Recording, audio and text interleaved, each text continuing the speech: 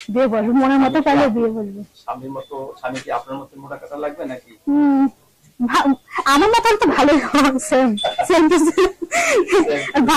ভাগ্যে কি আছে সেটা তো জানি না, তাই না? ভাগ্যে কি আছে সেটা আপনার জানা। আপনার তো পছন্দ আছে? হ্যাঁ, পছন্দ তো আছে।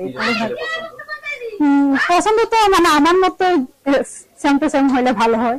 এখন ভাগ্যে কি আছে সেটা তো জানি না। যাই হোক। এই 18-19। 18-19 বছর।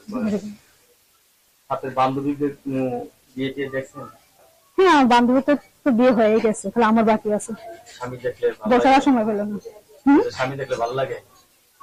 ইচ্ছা তো করে, এখন স্বামী তো দেখিনি, ইচ্ছা তো করে বিয়ে করার জন্য। বিয়ে করার পরে না? আপনি লেখাপড়া করছেন? হ্যাঁ, পড়ছি।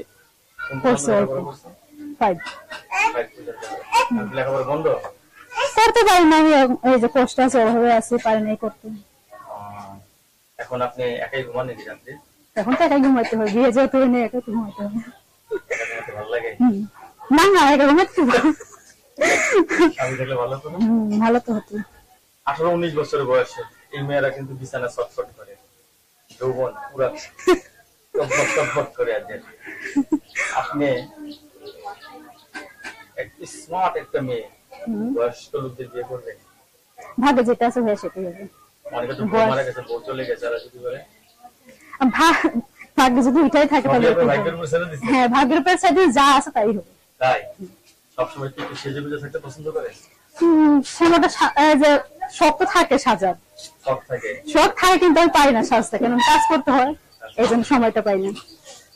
আপনার মতো হাসি খুশি মেয়ে কিন্তু খুব পাওয়া টাফ ব্যাপার। হাসি খুশির মাঝে তো দুঃখ অনেক ভাইয়া। হাসি খুশির মাঝে দুঃখ, অনেক দুঃখ লুকায় আছে।